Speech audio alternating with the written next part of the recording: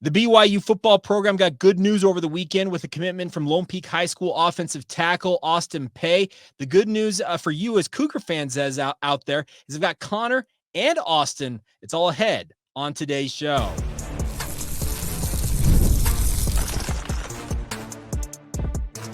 You are Locked On Cougars, your daily podcast on the BYU Cougars, part of the Locked On Podcast Network, your team every day.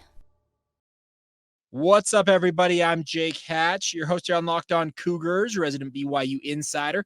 Thank you for making Locked On Cougars your first view and or listen of the day. And obviously a big thank you to all of you who we like to call our everydayers right here on your original daily podcast focused on the BYU Cougars. Today's show is brought to you by our friends over at FanDuel. You can get a big return early this season with FanDuel. Place a $5 bet, you'll get $150 in bonus bets if your first $5 bet wins. Simple as that. Go to FanDuel.com to get started today. All right, as I mentioned, we always are joined weekly by Connor Pay on this podcast, but we are very pleased to have a special guest this week, and that would be his younger brother and most recent BYU commit, Austin Pay. First off, to you, Austin, does it feel to have your recruiting process at an end and officially know where you'll be playing college ball? It feels great. Obviously, I took a little longer than most in my recruiting process, but now that I'm in a decision, it feels great to just know where I'll be playing in 2 years. You were just being thorough. Let's be very clear about that. You're making sure you crossed all your T's, dotted all your I's, did everything you needed to do to make sure it was the right decision for you, didn't you? Yep. With a decision like that, it can never take too much time. Absolutely, because obviously it's a big decision. Now, Connor, you are a very proud big brother, I would imagine, watching your brother make that commitment. Now, that makes you guys essentially 4 for 4 in the Pay family. Your dad played for BYU, you, Trevor, and now Austin will all have suited up for the Cougars.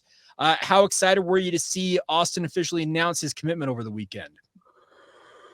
I mean, obviously I was excited, right, that he chose BYU. But I was also just excited that the recruiting process was over for him, because I know it had been a stressful one, because Austin was a lot bigger of a recruit than Trevor or I was. And so, it was a lot more intense of an experience for him, where it was probably at the height of it, it was 40 or 50 coaches a day, sending you text messages and stuff like that. And that, as a 15, 16, 17-year-old kid, that can be kind of a lot to handle, especially for Austin since he's so social. And so I think it was weighing on him a little bit. And so for me, it was kind of good that he finally let God. He wanted to be thorough, take all the visits and make sure that he was making the right decision for himself. And he left no stone unturned. So I was just happy for him that he got to a point where he felt comfortable to make a decision, and obviously, the bias in me is glad that he's coming to BYU. Obviously, I would imagine that would be true. Now, the other thing I wanted to ask you, Austin, is when it came down to it, what ultimately sold you on picking BYU and carrying on a family legacy in Provo? Well, first off, I think the LDS aspect was always going to be there as a draw for me. Obviously, is that being my religion. But I think kind of this year, especially, the addition of Coach Woods was massive. Because if I'm being honest, a year ago, with kind of the struggles that were going on, I didn't really know if there was really a chance I was coming to BYU. But after watching the season and seeing what Coach Woods has done to that O-line, definitely got me really excited to come. Now, I also wanted to ask you, you mentioned the fact that maybe a season ago with the previous offensive line coaching staff, you may have decided to go elsewhere. What was it about Coach Woods that made you think, okay, this is a guy I want to play for? Well, first, I think he has a great personality. He loves his players on and off the field. He's going to push you hard on the field, and then off the field, he's going to love you. And then just watching this season, seeing the development of the O-line, they're running the ball much better. Protecting the pass better, so it's been good. Now, I'm going to have you come clean on your side of things, Connor. Obviously, that you're the big brother. You're playing in the program. You've been there for 5+ years now. How much did you have to sell your brother on the program? How much did you have to tell him about Coach Woods, et cetera, to get him to really consider BYU as where he wanted to be? Not very much, to be honest with you. I think obviously Austin had a lot of questions once the coaching change happened.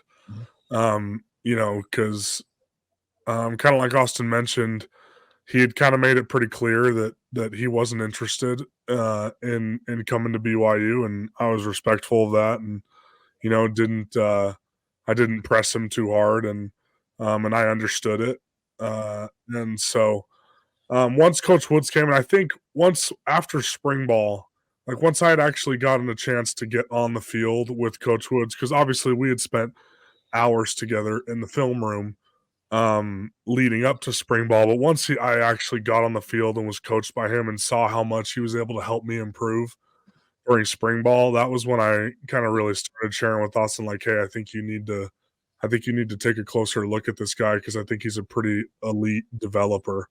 Even for somebody like me, going into that spring ball had started 40 games, and for a lot of coaches and other people say, okay, well, you kind of know what you're going to get.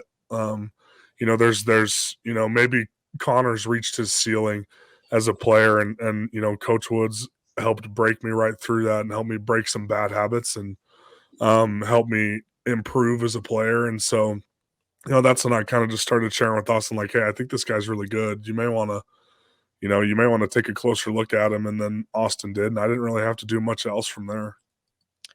Now, Austin, your offense at Lone Peak, and I've had a chance to call your games for the different parts of the last 3 seasons. I don't call every game, but I usually get out to Lone Peak 3 or 4 times a year, and have had the privilege of watching it, you develop over that time. And your offense at Lone Peak gives me a sense of what you can expect from BYU, because it's very multiple in its looks. There's some under center stuff. There's stuff out of the shotgun. Do you feel like that accentuates your skill set by making that transition from Lone Peak's offense to BYU's? Yeah, I think for sure. BYU does a lot of different things, and obviously one of their base run plays is zone, and that's our base run play. So I think that will be a really easy transition for me. But also I think I'm able to do a lot of different things, which BYU, especially with the addition of Coach Woods now, runs a lot of different run plays and a lot of different schemes. So I think it'll be a great fit. Now, when you talked with Coach Woods, what did he tell you about your skill set? What does he want to see from you? What does he expect from you at the next level? Well, I think for sure my length is a big help, especially as a tackle. He thinks I move really well, and so that will also help me out with that position. And I'm pretty physical, but obviously can always get better at that too. And so I think that'll be a great fit. Very cool. All right, we will continue this conversation. I got a few more questions about the recruiting process. We'll also talk about the upcoming game this week. I also have some questions from our listeners as well. So we got a lot to cover in the time ahead, but we'll get to more of it momentarily right here on Locked On Cougars. Today's show is brought to you by our friends over at Roy. Now, Roy is here for you guys when it comes to you wanting to help out the athletes in your college football program. So far this season with Roy, it stands for Return on You. We have pooled over $20,000 to support players on Roy. They are micro deposits lead to massive change. With the Roy app, you can directly support the athletes you love at BYU, ensuring all the funds go to the specific player that you choose. We previously have honored Connor as one of our recipients here on Locked On Cougars with Roy. And unlike collectives, you know exactly where your support is going. You even receive exclusive content like personal videos and updates after the season if you so choose. The best part, it's risk-free. If the athlete transfers or does not deliver on that content, you get your money back. This week, I am supporting, I'm going to give a shout out to our guy, Jack Kelly, because I just pitched in $100 to Jack, and I'd love for you to join me. Even $10 will make a difference to help out Jack and the rest of the BYU football program. Jack obviously has been a sensation for BYU football all season long, so I want to help me keep him connected to BYU. Pay today, celebrate tomorrow. Your support sets up BYU for success. Plus, don't miss out on Roy's exciting giveaway to you, our listeners. Win 2 tickets to a game this month. Just download Roy, create an account, enter the referral code Locked On, and you're entered to win. Simple as that. Already on Roy, any contribution to any athlete's campaign also gets you entered automatically to win. There's no purchase necessary, and of course, it's void where prohibited. Download Roy today and join the NIL game with no subscriptions and no fees. And be sure to check out Roy on Instagram, Facebook, and X at Roy_Return on You for more information. That's Roy. You can support the players and also at the same time change the game. Thank you once again for making Locked On Cougars your first listen of the day. Appreciate all of you for being with us. Continuing on now with Connor and Austin Pay. And Austin, obviously, this is a big week in the college football realm here locally with BYU and Utah squaring off. I know that you play at the high school level and you have a lot of high school rivalries. I know that you grew up with BYU-Utah. What do you understand about this rivalry and how excited are you to play in it eventually down the line? So obviously, I'm very excited to play in that rivalry game. I think, especially with my dad formerly playing at BYU growing up, there's kind of always been that inner hatred for Utah. And it probably during the recruiting process, I mean, it went away a little bit, but now that I'm committed to BYU, I can kind of fully embrace that again. So I'll be super excited to play in that game. Well, I want your insight on this too, Connor, is all of us played high school football in this chat, and you have those rivalries in high school, and they can get a little overblown at times. The Orem Mountain View rivalry that I played in, it got pretty nasty for a while there. But the fun part is those extend to the college realm. And you mentioned the fact, Austin, that there's a bit of a sports hate element to this. You're happy to embrace it. But I guess from your perspective, Connor, now that you've been a veteran of playing college football as long as you haven't played Utah every year, but you just have that same fire when you go up against the Utes. Yeah, I think so. I think more in the sense of the way it extends from high schools. There's so many guys on the team up north that I played either with or against in high school. And so I think that adds, a different level of, of intensity to the game because everybody knows you always play harder against your friends. And there's always a different, desire to just, you want to win so badly. And, so it breaks my heart that I'm not going to be able to play in this game. I did everything I could to try to, get back for it. And, just 5 weeks was a little too fast for a break, unfortunately. But, I think that's what the rivalry is all about. And I think, honestly, the rivalry isn't quite what it was when they were both members of the Mountain West Conference, and I think in years to come, we're going to see, the Holy War get really big again, because I think down the line, it's going to be a game that has a lot of, conference championship implications and things like that. And I think that's going to, get the rivalry going again. Because like I kind of talked about last week, the most toxic place for the rivalry is on Twitter, and it's not obviously as players, we have a deep desire to beat them, and we have a, kind of an ingrained dislike and kind of hatred for them. But, it's far less toxic between the players. It doesn't really extend farther than our competitive natures. And so, but I think we're going to see the rivalry come back to what it once was now that we're in the same conference again. Now, Austin, I want to ask you about that because you're going to be playing in an era when you get to BYU. Because as I understand it, you can answer this question first. You're planning on going on a mission before you go to BYU. Is that correct? Yeah. Yep. Okay, so you're 2-3 years out before you ultimately enroll at BYU. But I'm with Connor that now that they're back in the same conference and now that it has actual implications on a conference race and the like, it's going to reignite what was a really, really strong rivalry. And it's always been a strong rivalry, even during the independent era for BYU. But how excited are you to know that this game, every single year you're at BYU, is going to have major implications? I'm so excited. That's a game every year that I think now is going to be marked on the calendar for us. And obviously, growing up, I would always have little kind of bets with my friends on who's going to win, or we would fight over it. So I'm super excited to play in this game. Now, obviously, there's that connection between the players. I know that you're part of the OFA Academy, as I understand it, and you're working out with guys from all over the state. And I would guarantee that there's probably some of those guys who are either Utah guys who are just fans of Utah growing up and also maybe be committed to Utah. And talking what Connor's talking about, the connection you have with those guys extends itself to this game. And I think it really does bring the best out of everybody when you finally get together and play. Yeah, for sure. Now, Connor, you've talked about the fact that you look forward to this and you tried everything you could to get back on the field. I've had some people ask me, and I'll get to one of the early questions here that we had, and I've got like 3 or 4 people who asked this. They're asking, okay, when Connor is working his way back from injury, and I know that you were essentially an intern / GA for the last little bit, but now as you start to get ramped back up to play, what's your role this week going to be in that game? It'll probably be the same as Okay. what it's been in the last few weeks because obviously I'm not in a position yet to where I can play. And so I think the role is going to be, very similar, and trying to diagnose the defense and figure out how they're attacking us so we can make some high quality adjustments. And obviously this will be my last week doing that as I transition into practicing again next week and preparing to play against Kansas. Now, I'll get lob one more at you, Austin, with regards to this rivalry.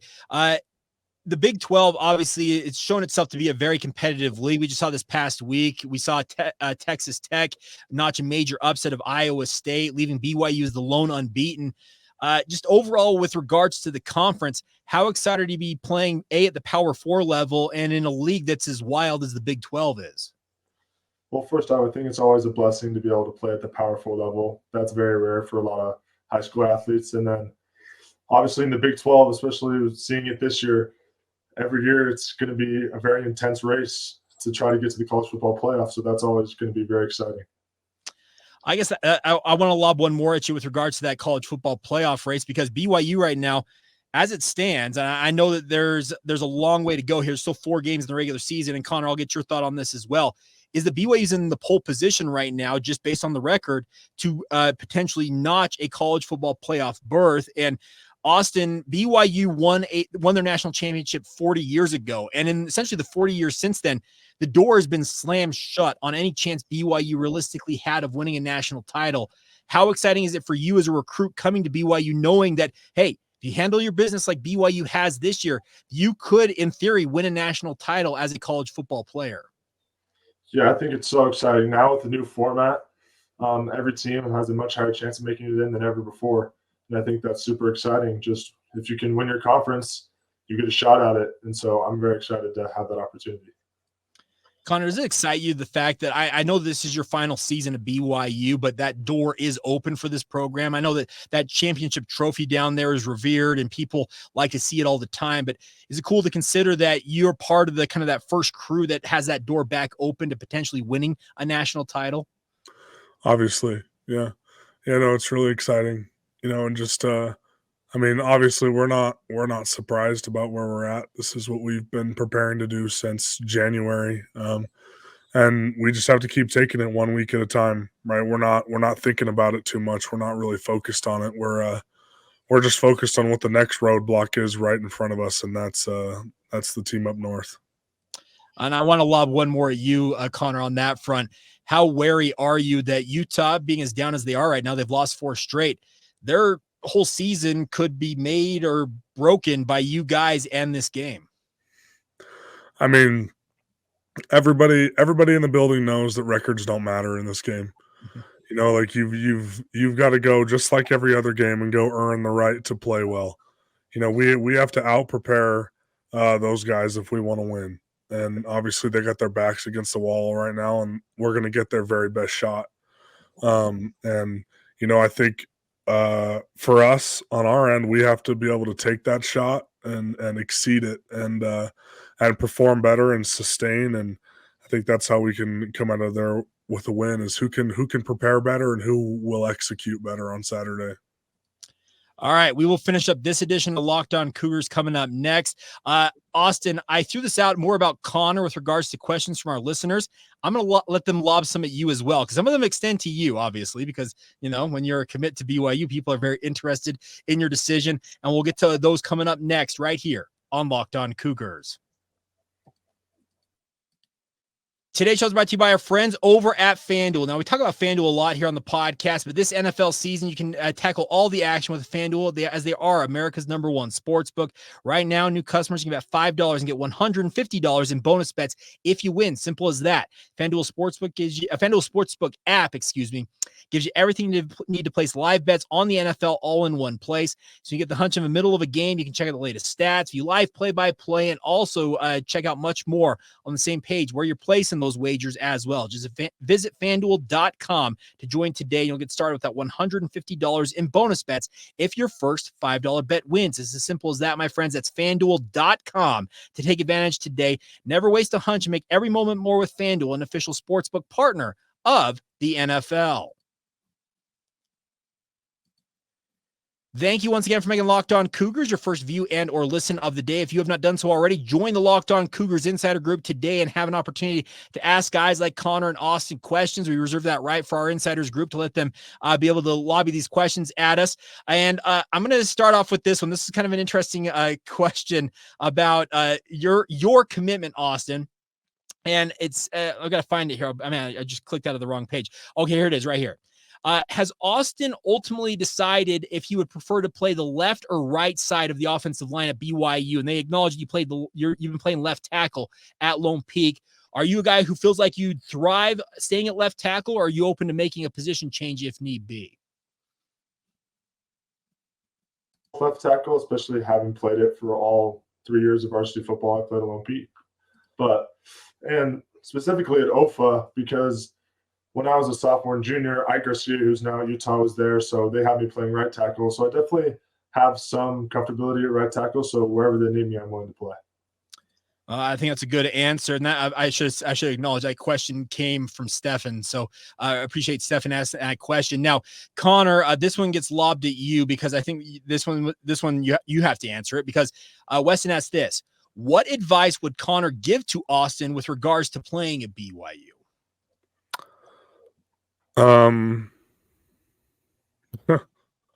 That's a loaded question. I think just the advice I would give is that there's so many people with the strength staff, the coaches, Dan, our nutritionist, everybody, and they're all there trying to help you. So just soak up everything you can, take advantage of every resource that's given to you because a lot of the resources go unused simply because people don't ask. And so I was really fortunate, to have, seniors and people ahead of me when I was here, like Brady Christensen and James Empey and Chandon Herring. And those guys kind of showed me the way and showed me how to access all those resources to where I could progress really fast, and my freshman year in 2020, they got me linked up with our nutritionist, Dan, who had me start fixing my body from my mission during the season and things like that. And, those types of things and taking the weight room seriously and our off-season training program, that's what prepared me to end up having to participate in the Boca Raton Bowl in 2020, but then also being prepared to start as a redshirt freshman. I don't think that would have happened if I hadn't taken advantage of the resources that were around me. And so, and with Big 12 money and the changes that BYU is making to the program and how the athletic departments run, there's only going to be more and more resources for you. So I would just say take advantage of everything that they're giving you because it's only going to help you progress quicker. Well, there you go. You got some unsolicited advice right there, Austin. So now you're not the only commitment from this past weekend. We talked about the fact that there were 2 offensive line commitments. If I pronounce this incorrectly, tell me if I'm wrong. Alai Kalaniuvalu. Did I get that right? First off. I think so. Okay. Now, yeah, Austin would know better than me. Okay. So first off, Connor, the question came in from Josh and says, what does Connor see in Austin and Alai with this commitment? He says his tweet about it didn't mention much outside of the fact he said it was called a, quote, special O-line class with these 2 leading out, unquote. Can he elaborate a little further on why he believes that? Sure. I think, well, obviously they're 2 of the highest rated offensive linemen in the country, and I think Austin, playing tackle, and then Alai, is projected at least to move to the interior once he gets to college. And I think that, to have, it's pretty rare that you have an elite tackle and an elite center or guard in the same class. And so I think for them to come in, they're going to come into the program together at the same time. They're going to be able to develop as players and as leaders at the same time, and I think it just doubles the effect that they're going to be able to have on that offensive line unit and on the team. And I think they're honestly, I don't know numbers off the top of my head, but I would think that they're 2 the higher rated offensive linemen we've ever had commit here. And so I think anytime you can get 2 high level offensive linemen like that, it's the makings of a good and special class. Now, Austin, I want your assessment of Alai as a player, because I saw a video of him repping the 225-pound bench press 33 times. He's a 17-year-old high school senior, and a lot of NFL guys can't even do that. Give me your assessment from your perspective of your future teammate. Well, first off, I've kind of especially recently, had the chance to kind of meet and talk with Alai. I think he's a great person who's going to be a great fit for BYU, and I'm so excited to be his teammate. And I've had the chance to watch him a little bit, and the dude's a dog. He's such a great O-lineman. He dominates at the line of scrimmage and really overwhelms opponents. And so I'm so excited to be able to play with him. Now, I also wanted to ask you, Austin, this question came in, was meant for Connor, but because you're here, you can answer better than Connor would. And Andy asked this question, said that we know Connor didn't really try to influence his brother on his commitment based on his comments, but did Austin approach him or give him any indication that he was going to pick BYU before he did it? Yeah, I talked to Connor about it before I announced my commitment, probably about a week prior. But yeah, I let him know because he's been always pretty in the trenches with me in the recruiting game. So I feel like I should tell him. Now, what were the conversations like in the lead up to that? Were you asking him hey, give me some insight into what this offense looks like? What were you looking for from Connor's perspective when it came to picking BYU? I think it was more just asking little questions like how he felt about Coach Woods or how the O-line room was doing, what the culture was like, and then it was just me seeing how they performed. So I wouldn't say I was asking him super big or tough questions, but it was just these little nitpicky questions here and there just to kind of fill in the whole picture. Now, the other question I was going to ask you, because it's like a follow-up question from Josh. He wants to know what caused Alai to flip. He said, did Connor cause it? Did Austin cause it? As I understand it, Sonny Mocassini is his brother-in-law. So do you guys have any insight as to why Alai ultimately decided to flip his commitment from Oregon to BYU? Not so much, and I think obviously I've had some good interactions with Alai over the last few weeks, and ironically, I know Alai's dad very well. Okay. He comes around the program and watches practice and attends our meetings, fairly often, because he's a coach in his own right, and was a great player himself. And so, but yeah, I don't know if we know all the personal details, nor is it probably our place to share them, about why Alai ultimately flipped. I think it seemed, and Austin can correct me if I'm wrong, but at least in the general sense, it seemed like the more time he spent with Coach Woods, the more time that he believed in him as a coach and as a developer. And I think that's probably ultimately what led to the change. Anything to add to that, Austin? No, I think you hit it on the head. Yeah, I mean, it probably would be Alai's place to kind of say what he wants to say about why he committed, but I think just him spending more time with Coach Woods would probably be a big part of it. All right, so I've got 2 final questions here, and actually one's more of a statement. Connor, I've got like 10 people in this who have said that the 2-point conversion podcast, big fans. So thank you. Continue to do what you're doing on that front. Now, this week's podcast, if I'm not mistaken, your dad and Chase Roberts' dad are your special guests. Is that right? Yep. That just released earlier this morning. Okay. I guess, I don't know when this is going to air, probably on Tuesday. Yeah. So it released yesterday morning. But yeah, and then the episode next week is going to feature Vice President Keith Vorkink. Okay. So, it's been really fun to do that podcast. Chase and I have had so much fun doing it. We wanted to do it in the sense because we felt like, the gospel's a huge part of our lives and we wanted to share it with people, but getting to meet all these awesome people and do this podcast has been, and how well it's been received has been so much fun, man. It's always fun when you get to interact with cool people. Well, Austin, not to burst your bubble, I've got like 4 people in these comments who've said, "Hey, is Austin gonna be the future like guest host of Locked On Cougars, taking over for Connor down the line?" So keep us in mind, all right? I will. Yeah, hopefully by then they pay a little bit more, Austin. We're working on that. We'll see. I'm just kidding. The other thing Austin's gonna have that you don't have, Connor, is revenue sharing. Yeah, Austin's gonna surpass what I made in my whole career in like the first year. And yeah, I hope I'm gonna make sure that he's lined up with a wise financial advisor and he's not responsible for any of that money. There you go. We're gonna let somebody a lot smarter than us handle that money for him, and because he should be in good shape at the end of his college career. Probably a smart idea. Now, one final thing is I had a question come in, and it relates to Utah. And it just asked Connor, do you have any fun stories from your time playing Utah? I haven't played them very often, but do you have any fun stories from your experience against the Utes?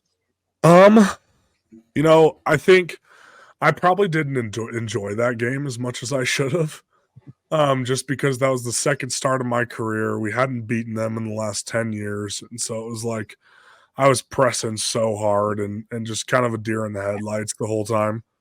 But I guess, I mean, the way we were able to run the football against them was something that they definitely didn't expect.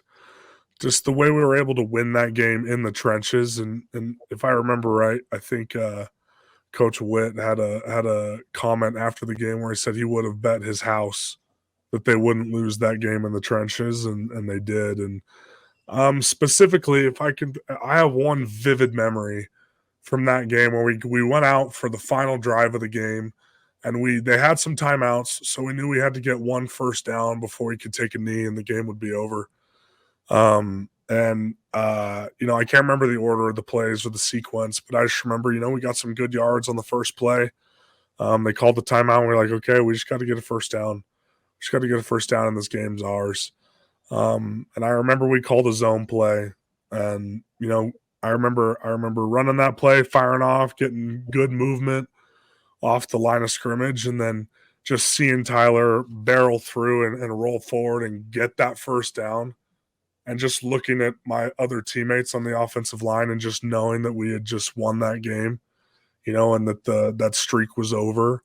I've watched that play many times where you look at how excited the 5 of us are, because in that moment, the team was reliant on us to go help Tyler get us a first down and secure the game. And we were able to do that when everyone in the stadium knew we were going to run the football, and we were still able to do it. And so I just remember seeing Tyler get that first down, looking at Clark, looking at James, looking at Blake and Harry, and just knowing that, like, hey, like we just won this game and we just beat Utah, and how excited and elated we all were for each other and for the team.